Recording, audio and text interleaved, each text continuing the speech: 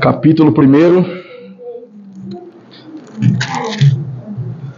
Nós vamos do versículo 4 até o 13 e depois do 15 ao 18.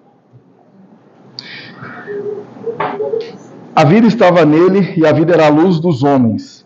A luz resplandece nas trevas e as trevas não prevaleceram contra ela. Houve um homem enviado por Deus cujo nome era João. Este veio como testemunha para que testificasse a respeito da luz, a fim de todos virem a crer por intermédio dele. Ele não era a luz, mas veio para que testificasse da luz, a saber, a verdadeira luz que, vinda ao mundo, ilumina a todo homem. O Verbo estava no mundo, o mundo foi feito por intermédio dele, mas o mundo não o conheceu. Veio para o que era seu e os seus não o receberam. Mas a todos quantos o receberam, deu-lhes o poder de serem feitos filhos de Deus, a saber, aos que creem no seu nome, os quais não nasceram do sangue, nem da vontade da carne, nem da vontade do homem, mas de Deus.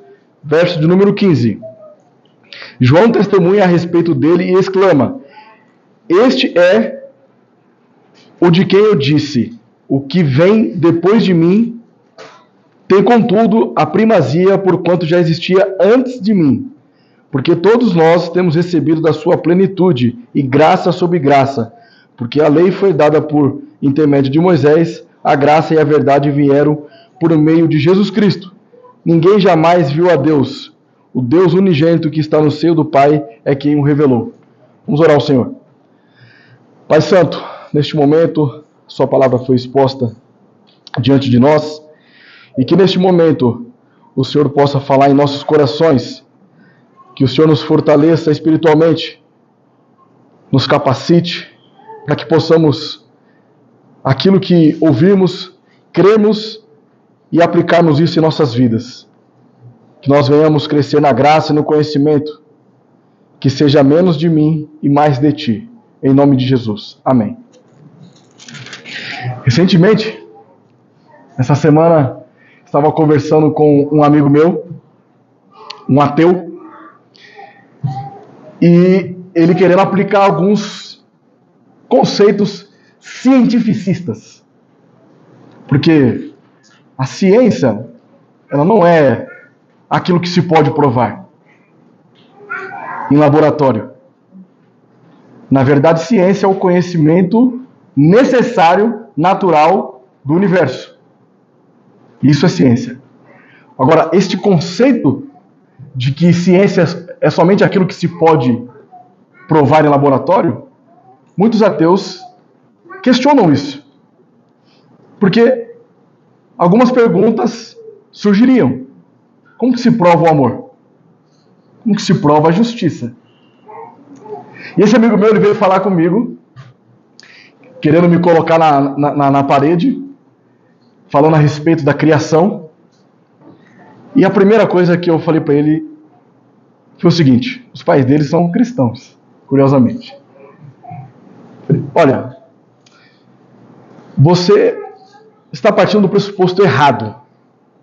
Não é como as coisas iniciaram. Se os dias em Gênesis são literais, como que Deus criou a partir do nada. Para você ir por este caminho, você vai precisar defender duas coisas. A primeira delas é que a Escritura, ela contém erros e ela não é confiável. O segundo ponto é que você vai ter que dizer que Jesus Cristo, ou ele é mentiroso, ou ele é um impostor, que daria no mesmo. Ele falou assim, mas por quê? Eu não quero dizer isso, eu não quero falar que... Eu não estou questionando que Jesus era um impostor. Até porque eu entendo que Jesus Cristo, ele é um exemplo a ser seguido. Eu falei, olha, mas se Jesus é um exemplo a ser seguido, nós precisamos aceitar aquilo que a Escritura diz quem ele é. Ele é Deus. Ele se revela como Deus. A Escritura diz que ele é Deus. Então, você precisa agora partir do pressuposto se a Escritura ela é infalível, inerrante e inspirada por Deus, ou se Jesus Cristo é um mentiroso, ou se ele é um impostor. Se você falar para mim contra a Escritura, você vai ter um grande problema. Porque nós vamos ter bastante argumentos aqui para dizer que a Escritura de fato é a verdade. A Escritura é o livro que tem mais cópias de qualquer outro livro. Só do Novo Testamento nós temos mais de 5.000 cópias dos originais. Então nós precisaríamos aqui tratar sobre crítica textual, textos majoritários, textos receptos. Você acha que você está preparado para isso? Ele disse para mim que não. Então, eu falei, então vamos para o próximo passo. Para você, Jesus Cristo é um mentiroso? Ele é um louco? Porque se ele for, então você também é um louco ou um mentiroso. Porque está dizendo que Jesus Cristo é um exemplo a ser seguido. Eu falei, não. Não é bem assim. Quando nós entendemos quem Jesus Cristo é, qualquer cientificismo ele cai por terra. Porque o que nós precisamos já está revelado. E tudo aquilo que foi criado por intermédio dele. Sem ele, nada do que foi feito se fez. E aí então, depois daqueles estudos maravilhosos que o irmão Leonardo trouxe para nós nos últimos sábados, eu levei ele para João. No princípio era o verbo. Percebe que esta frase, ela está no pretérito imperfeito, ela não está no pretérito perfeito. Não está dizendo assim, Jesus foi o verbo. Jesus, no princípio, era o verbo. Esse era o verbo pressupõe que no princípio Cristo já era o Deus criador de todas as coisas. Então, se você quer entender como as coisas são criadas, olhe para Cristo. Nosso estudo hoje será dividido em 5 partes. Então, a estrutura dele está desenvolvida da seguinte forma. Dos versículos 4 e 5, nós vamos tratar aqui sobre a sua obra antes da encarnação. Versículos 6 e 8, o seu precursor. Versículos 10 e 11, sua rejeição. 12 e 13, sua aceitação. E 15 e 18, a sua divindade. Levando em consideração que aqui não é um novo estudo que eu estou trazendo, a parte daquilo que já foi dito anteriormente pelo irmão Leonardo. Nós estamos aqui fazendo uma continuação. Todo texto ele deve ser lido a partir do seu contexto. Essa é a regra áurea da hermenêutica bíblica reformada protestante. Escritura se interpreta com escritura e o texto ele deve ser lido através do seu contexto. Então, note o paralelo aqui. No princípio era o verbo e agora, no versículo 4, a vida estava nele, ou seja, lá no princípio, a vida já era nele. Ok? Cristo, ele é o possuidor de vida. Vamos ali em João capítulo 5, versículo 26.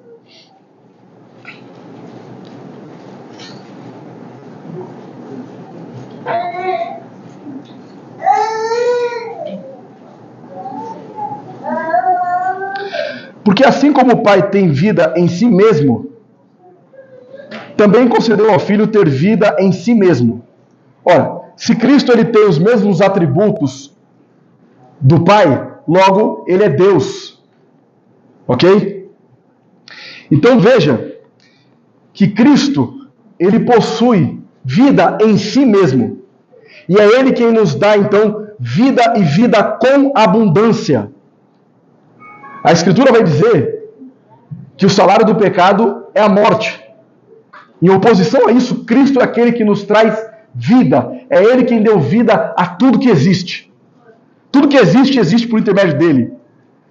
Então, nós temos uma cosmovisão, e aqui, só para nos lembrar do que é cosmovisão. Cosmovisão é você enxergar através de algo. Então, por exemplo, as pessoas aqui que utilizam óculos vão entender perfeitamente. Quando nós compramos um óculos, nós não compramos o óculos pensando em enxergar a lente. Nós queremos enxergar através da lente. Então, a nossa cosmovisão de mundo é uma cosmovisão cristã. Enxergamos através do cristianismo. Assim também, nós aqui, neste grupo de estudo, nós temos uma cosmovisão aliancista. Ou seja, nós enxergamos a Escritura com os óculos do aliancismo. Então, quando nós percebemos neste versículo, na parte A vida estava nele, nós percebemos algumas coisas. Nós vamos agora entender alguns conceitos de vida. Por exemplo, já na primeira aliança, que é chamada aliança das obras, ali em Gênesis, quando Deus diz para Adão, olha, se você comer da árvore do conhecimento do bem e do mal, você morre. Agora, se você não comer, você vive. Se desobedecer, morre. Se obedecer, vive. Israel, ele estava na observância da lei. O que eles entendiam? Que na observância da lei, eles eram abençoados e não amaldiçoados. Ou seja, eles teriam vida com Deus, vida em abundância. Os mestres judeus na época de Jesus Cristo não pensavam diferente. Para eles, a guarda da lei era aquilo que trazia para eles vida eterna. Agora, veja na parte B deste versículo. E a vida era a luz dos homens. Os mestres judeus, eles compreendiam luz a partir dos pressupostos de enxergar as pessoas que eram justas, ok? Então, os patriarcas, por exemplo, para eles, eram um exemplo de pessoas que possuíam luz. Israel, a nação de Israel também possuía luz. Deus, para eles também, assim como para nós, possui luz. Mas, majoritariamente e com mais frequência, nós percebemos que os mestres judeus tinham a compreensão de que a lei, a saber, a Torá, ela possuía vida e luz. Ok? Então, veja só no Salmo 119, versículo 105.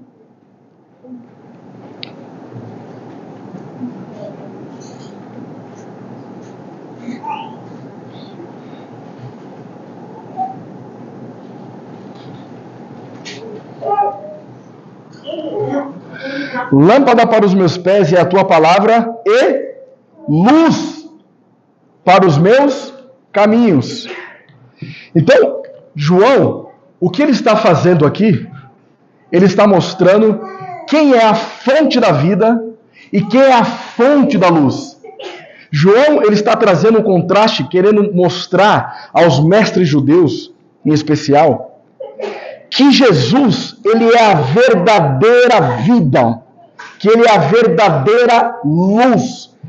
E em Cristo nós percebemos que ele possui todos os elementos essenciais da vida. Quais são os elementos essenciais da vida? Praticamente eu posso trazer aqui 4 deles: luz, ar, água e alimento. Ok?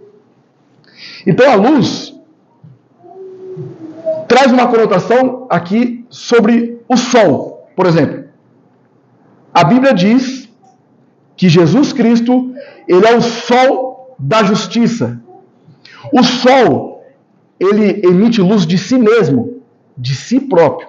Diferentemente da lua, que ela reflete a luz do sol. Assim como nós, como Mateus, lá em Mateus, no Sermão do Monte, vai falar que nós somos luz do mundo, sal da terra e luz do mundo. Para que nós venhamos ser a luz do mundo, nós precisamos, então, resplandecer a luz de Cristo em nós. Cristo, ele deve refletir a sua luz em nós, para que, então, nós sejamos luz do mundo. O mundo, ele caminha em trevas, enquanto aqueles que pertencem a Cristo estão na verdadeira luz. Veja, sobre o ar, por exemplo. Quando nós observamos, no princípio era o verbo estava com Deus, o verbo era Deus, ele estava no princípio com Deus, todas as coisas foram feitas por intermédio dele. Então, quando Deus está criando todas as coisas por intermédio de Jesus Cristo, quando ele cria o homem, ele dá então um sopro de vida. Cristo é o ar, aquele que dá o sopro de vida para nós. Ele que nos dá vida, e essa vida com abundância. Também, Ele é a água, e aqueles que bebem da água de Cristo jamais terá sede novamente. E quando nós refletimos sobre o alimento, nós percebemos que ele é o pão da vida.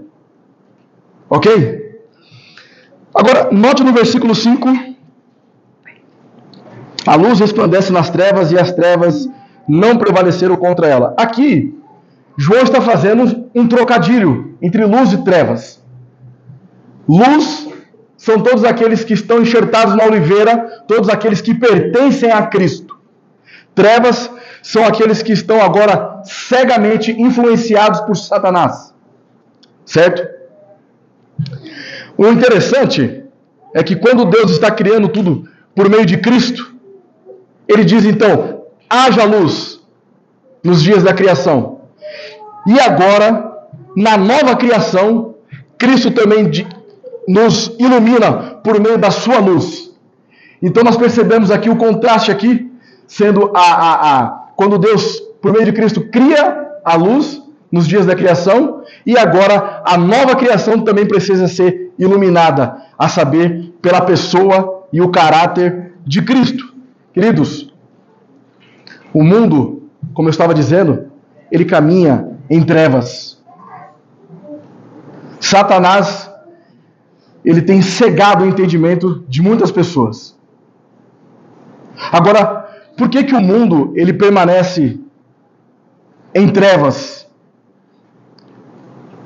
Se nós, como embaixadores de Cristo, como luz do mundo, a luz que reflete o caráter de Cristo, nós não anunciarmos o Evangelho, para que essas pessoas, elas possam crer naquele que é o Criador de todas as coisas, então essas pessoas permanecerão em trevas. Só haverá redenção, só haverá salvação quando nós anunciarmos o Evangelho da cruz, daquele que é a luz do mundo, a saber, o nosso Senhor Jesus Cristo. Amém? Versículos de número 6 e 8. Agora nós vamos para a segunda parte, o seu precursor. Houve um homem enviado por Deus, cujo nome era João. Faz-se necessário também eu explicar que aqui João não é o João, o autor deste evangelho. Aqui está sendo dito a respeito de João o Batista. Ok? E o interessante que primeiro nós estamos falando sobre sua obra antes da encarnação, certo? Dos versículos 1 ao 5. Agora, dos versículos 6 e 8, nós percebemos o movimento da ação de Deus na história. Ele não apenas criou, deu corda no relógio e deixou o mundo prosseguir de qualquer maneira. Não. Cristo, ele criou todas as coisas e agora ele faz ação direto na criação. Porque agora nós percebemos que ele está enviando o homem para que seja a sua testemunha. No versículo 7. Este veio como testemunha para que testificasse a respeito da luz, a fim de todos virem a crer por intermédio dele. Essa palavra testemunha, quando você vai para os escritos originais, no grego, ela traz um sentido, um conceito jurídico. E essa palavra testemunha, esse seu correlato, testemunho, vai aparecer 26 vezes aproximadamente no Evangelho de João. Então, é muito normal também, durante o Novo Testamento inteiro, a gente fala, olha, traga aqui 2 testemunhas, testemunha tal, a testemunha X. Por quê? Porque a testemunha, ela chancela, ela dá crédito, ela valida aquilo que está sendo dito e provado. Ok? Então, aqui, João, ele vem agora testemunhar sobre Cristo, a vinda de Cristo. Ele está preparando, ele está sendo como se fosse um arauto de Deus, um enviado de Deus, preparando o caminho para que Cristo pudesse, assim como o apóstolo Paulo disse, viesse na plenitude dos tempos, trazendo agora o evangelho da graça. O interessante é que João Batista, ele estava anunciando o Cristo que viria.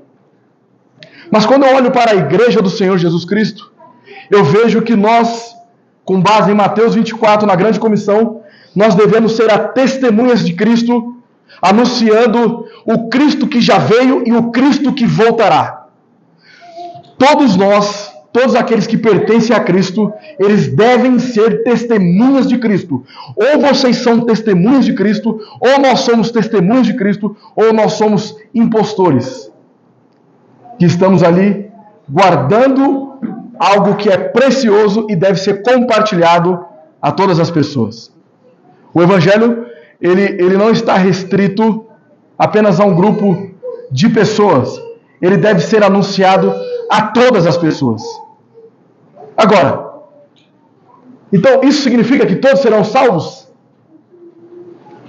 O Evangelho, ele consiste em levar pecadores ao arrependimento através da fé em Cristo Jesus. Ok? Agora, Deus, ele possui diversos atributos. Um dos seus atributos chama-se justiça. Então o Evangelho, ao passo que ele leva pecadores ao arrependimento, ou seja, leva para a salvação, o Evangelho também leva os ímpios à justiça de Deus. Então, a pregação do Evangelho se faz necessária para que nós venhamos testemunhar quem é Jesus Cristo. Será que nós estamos sendo testemunhas de Cristo? O quanto nós temos falado a respeito de Cristo para os nossos vizinhos, para os nossos familiares, para os nossos amigos, para os nossos funcionários, para os nossos chefes, para aquelas pessoas que nós temos ranço, aquelas pessoas que nós não suportamos olhar na cara dela? Será que nós temos falado de Cristo para essas pessoas? Versículo 8 e 9, note uma coisa. Ele não era a luz, falando aqui agora de João Batista, mas veio para que testificasse da luz, a saber, a verdadeira luz que vinda ao mundo, ilumina todo homem. Percebe na ênfase que ele dá sobre a verdadeira luz? João aqui ele está tirando de si a notoriedade. Ele está querendo colocar Cristo no centro. Isso me leva a compreender que não importa a eloquência que sai em cima do púlpito. Isso não significa também que é por meio do seu conhecimento teológico. Eu preciso ser um seminarista para poder falar a respeito de Cristo. Cristo é o centro. Nós somos as testemunhas de Cristo. De certa forma, nós somos as verdadeiras testemunhas de Jeová, porque falamos a respeito do Cristo verdadeiro. Não da religião das obras, mas da religião da graça, a saber, Cristo Jesus. Agora, terceira parte. Sua rejeição. Versículos 10 e 11. O Verbo estava no mundo. O mundo foi feito por intermédio dele, mas o mundo não o conheceu. Veio para o que era seu, e os seus não o receberam. Antes, deixa eu só destacar algumas coisas aqui para os irmãos. Constantemente, essa palavra mundo, no grego cosmos, vai aparecer com muita frequência no Evangelho de João. E é por isso que muitas pessoas também tendem a confundir. Porque ora, mundo é mundo literal. Ora, mundo não é um mundo literal. Parece confuso, não parece? Mas vamos ao texto. O Verbo estava no mundo, literalmente. Mundo, literalmente. Mundo criado. O mundo, literalmente, o mundo foi feito por intermédio dele.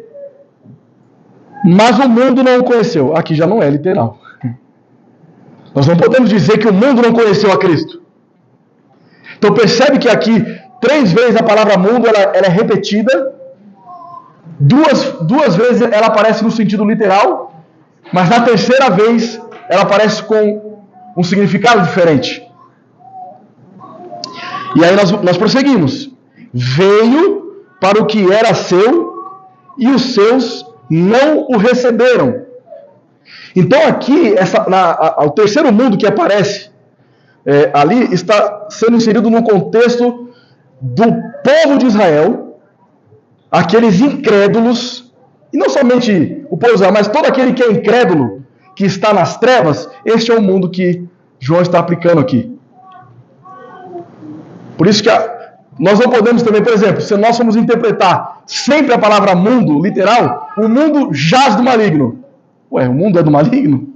Não. E aí, veja só, Israel, aqui no versículo 11, veio para o que era seu e os seus não o receberam. Quem são os seus aqui que não receberam? Literalmente Israel, certo? Então, Cristo ele veio para os seus, por isso que aí você vai conseguir compreender quando aquela moça vai pedir para que Jesus opere um milagre na vida dela.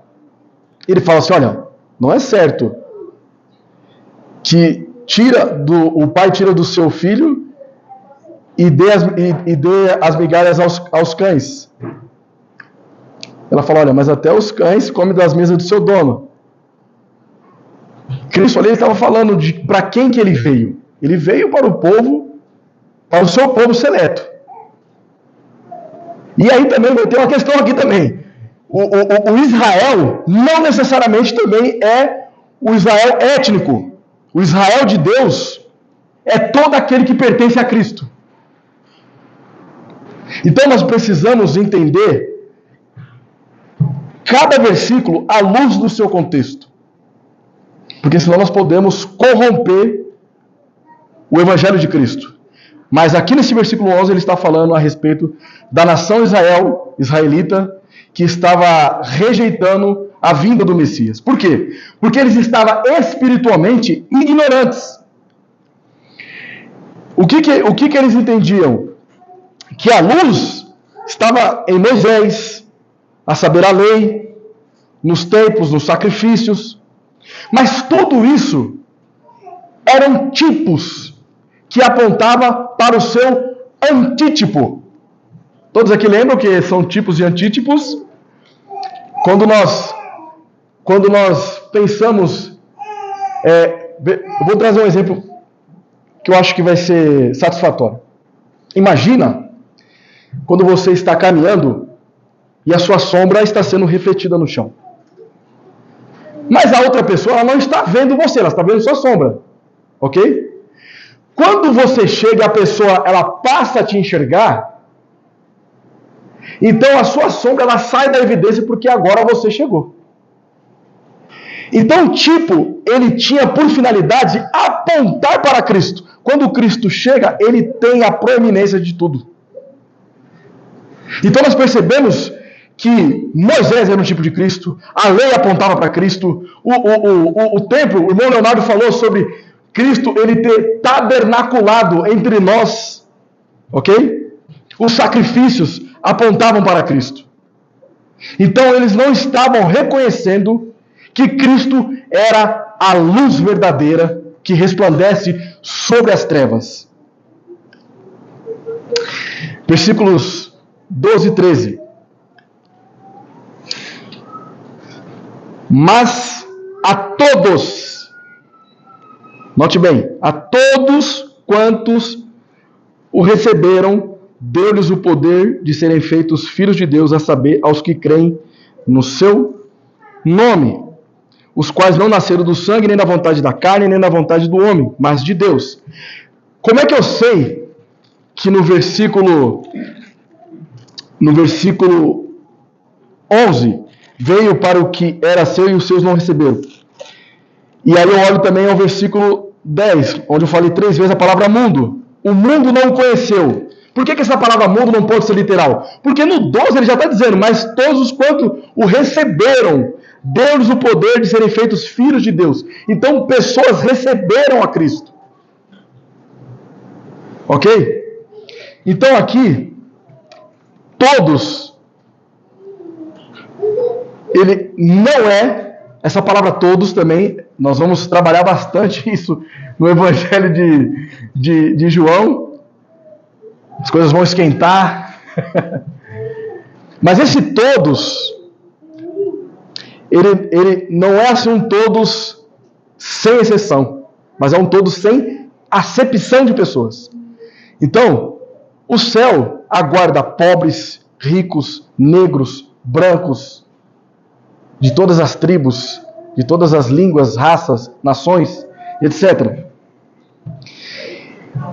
Veja comigo, quando ele fala assim, olha, mas a todos quanto receberam, deu-lhes o poder de serem feitos filhos de Deus, a saber, aos que creem no seu nome. Então, nós já temos que fazer aqui uma exegese em cima deste versículo, para entender quem são esses que recebem. Será que qualquer pessoa, de si mesma, ela pode receber a Cristo? Efésios, capítulo 2, versículos 8 a 10.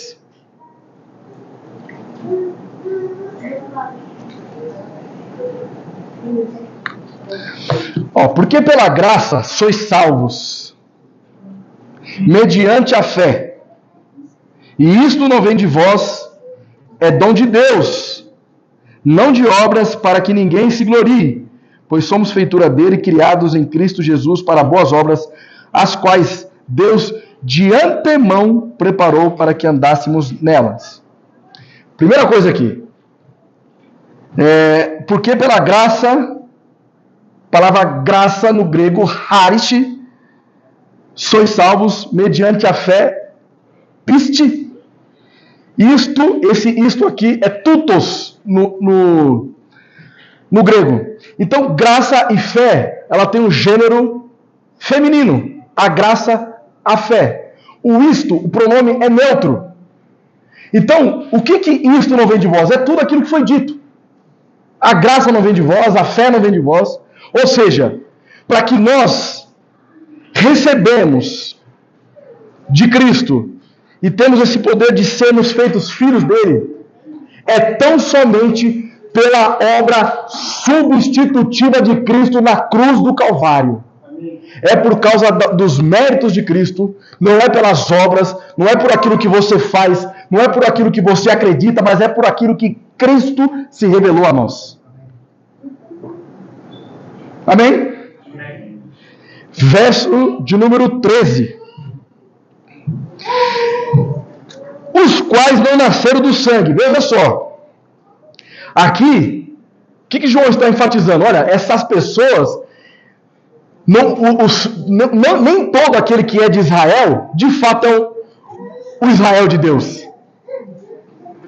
Não é porque o seu pai é crente, eu sou crente também. Já viu isso já? Eu creio em Deus. Por quê? Meu pai é crente. Meu pai é da Assembleia, minha mãe é da Quadrangular, e assim por isso então eu sou crente. Mas não é do sangue. Não é do Israel étnico. Não é aqui uma questão hereditária. Não é porque o seu pai, a sua mãe, o seu filho. Não. E veja só. Nem da vontade da carne. Quando nós vemos essa palavra aqui, carne, geralmente ela está falando da natureza corrompida do ser humano. Então o ser humano de si mesmo, ele corrompido, ele é incapaz de buscar a Deus. Por sua própria força. E veja só, nem da vontade do homem, ou seja, não é pelo seu livre-arbítrio. Olha, eu escolhi a Deus. Tem até músicas que falam, né? Eu escolho Deus, eu escolho ser amigo de Deus. Quem foi que disse que você escolhe a Deus? Para que nós se tornamos filhos de Deus, é necessário que em nós haja regeneração. É nós sermos transformados pelo poder de Cristo Jesus, que nos concede a metanoia, o arrependimento, a mudança de vida, mudança de caráter, mudança da disposição mental. Só há uma maneira de você escapar da condenação que é justa aos pecadores. É se arrependendo dos seus pecados. E isso quem nos concede é o próprio Deus. E se você falar para mim assim, olha, mas eu dei o primeiro passo, eu vou te dizer que Deus teve que abrir o coração de Lídia para que ela pudesse crer. O nosso coração está petrificado pelo pecado. Somente Cristo pode quebrar as barreiras do nosso coração e nos dar vida com abundância. Versículos 15 e 18, indo para o final. João testemunha a respeito dele e exclama: Este é o de quem eu disse, o que vem depois de mim tem, contudo, a primazia por quanto já existia antes de mim. Porque todos nós temos recebido da sua plenitude graça sobre graça, porque a lei foi dada por intermédio de Moisés. A graça e a verdade vieram por meio de Jesus Cristo. Ninguém jamais viu a Deus. O Deus unigênito que está no seio do Pai é quem o revelou. Então aqui agora, essa é a penúltima parte, foi a aceitação. Essa parte agora é a divindade. Ok? Nós vamos compreender agora um pouco sobre a divindade. Mas antes, deixa eu falar um pouco a respeito de João Batista. João Batista, ele é um dos personagens mais importantes de toda a história do cristianismo. Ele foi aquele que abriu o caminho para que o Messias viesse realizar a obra salvadora dos pecadores. João Batista ele é mencionado pelo menos 89 vezes no Novo Testamento. Então é ele que apresenta o Messias a Israel. É ele que está ali preparando o caminho. E é ele que está chamando o povo ao arrependimento por meio do seu batismo. Então, nós vemos aqui um homem com tanta intrepidez, com tanta coragem. E parece que João, o autor agora do Evangelho, percebe que ele sempre fica tirando o foco de João Batista e colocando para Cristo. Me parece, e eu não estou sozinho nisso, tem vários teólogos que pensam assim, que por causa da importância de João Batista, muitas pessoas estavam confundindo. Até porque nós vamos ver em outras passagens, olha, você que é o profeta, você que é o Messias, e João está enfatizando, olha, não é ele que é o Messias. Então por isso que ele traz essa ênfase sempre tirando de João Batista e apontando para Cristo.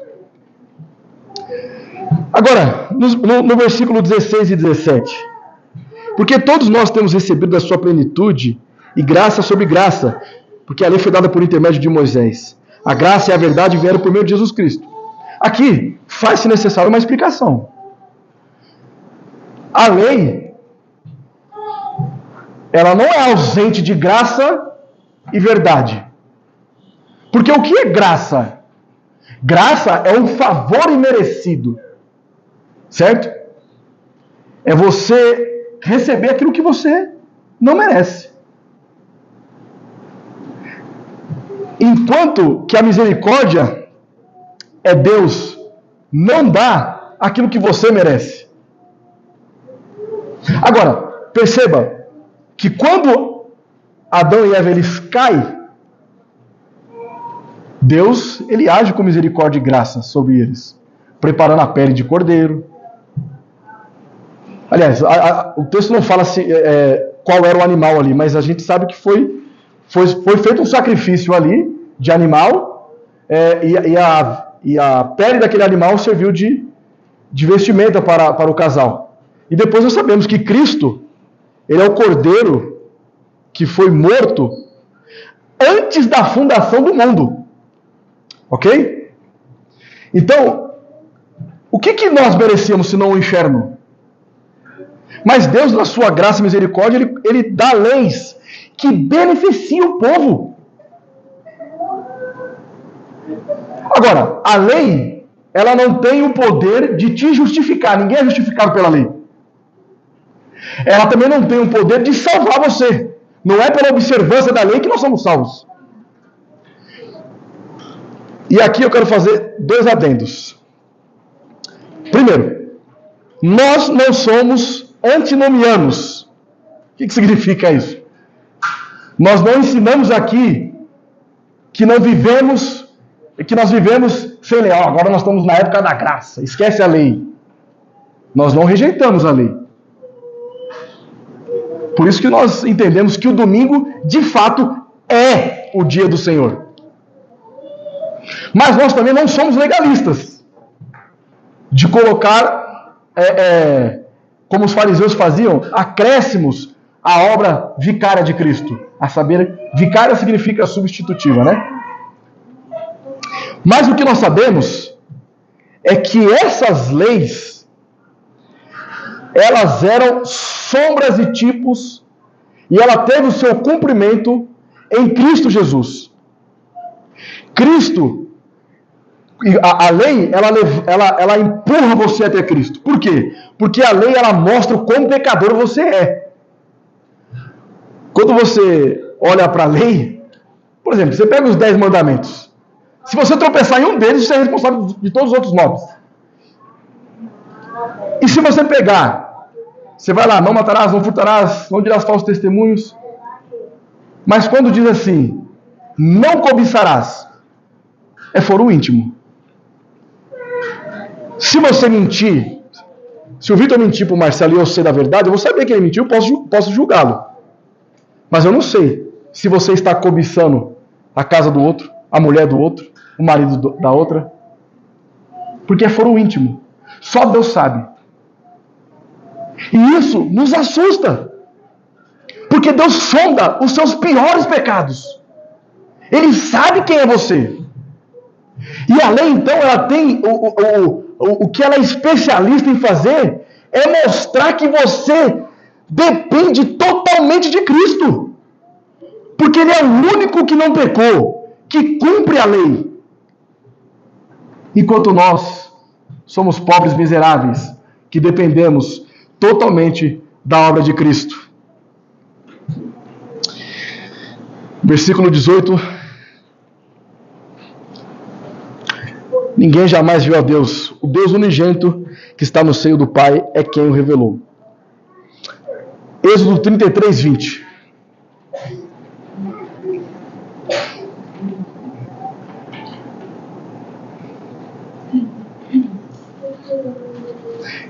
E acrescentou: não me poderás ver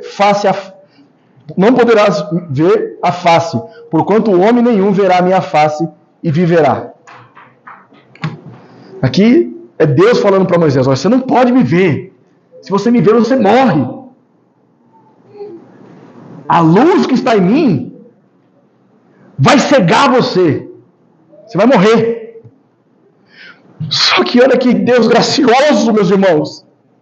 Agora nós vemos essa glória em Cristo Jesus, aquele que é o Senhor, o Rei soberano, majestoso, maravilhoso, glorioso, exaltado. Essa glória é revelada a nós por meio de Cristo. E veja, essa palavra unigênito, ela traz um sentido de profunda intimidade com o Pai. Cristo, ele possui profunda intimidade com o Pai. Ele é eterno. Ele é glorioso. Ele é majestoso. Ele é Rei soberano. E esse unigênito também é um sentido singular. Por que singular? Porque todos nós fomos feitos filhos de Deus. Nós acabamos de ler isso, não é? Só que agora está dizendo que ele é o unigênito do Pai. Ué, mas como assim? Como ele pode ser o único, e sendo que nós também somos filhos? Porque essa palavra unigênito, ela é singular, ela é própria de Cristo. Porque ele é junto com o Pai. E aí nós voltamos. No princípio era o verbo, e o verbo estava com... Então aqui nós percebemos, queridos, que o Evangelho de João, ele tem o objetivo de mostrar a divindade de Cristo. E eu queria fazer umas aplicações aqui, breve. Queridos, nós estávamos mortos em nossos delitos e pecados. Mas Cristo, ele nos deu vida. Ele nos tirou do poder da escuridão das trevas. Ele nos colocou no caminho de luz. E agora ele diz, vós sois luz do mundo. Olha que privilégio. Sabe o que isso significa? Que a luz de Cristo, ela resplandece em nós. Nós refletimos a luz de Cristo. E aí então, com base nisso, nós temos a certeza de que nós podemos ser testemunhas fiéis de Cristo, anunciando o Evangelho da salvação, levando pecadores ao arrependimento. E aquele Evangelho da graça, não de obras, não pela força da carne, não o Evangelho do achismo. Eu acho que é assim. Quem foi que disse, meu irmão? É o que Cristo disse, não o que nós achamos. Ele é de graça para nós. Mas ele custou um alto preço. Cristo, ele se fez maldição por nós. Tudo que há de mérito é tudo para Cristo, para que a glória seja somente a Ele. É só lhe deu glória, o brado da reforma protestante. Ele é o Rei majestoso, glorioso e eterno. Amém, queridos? Eu quero dar um espaço, se vocês têm alguma dúvida, fale agora ou cale-se para sempre. Alguém com alguma dúvida? Nenhuma? Zero dúvida? Amém.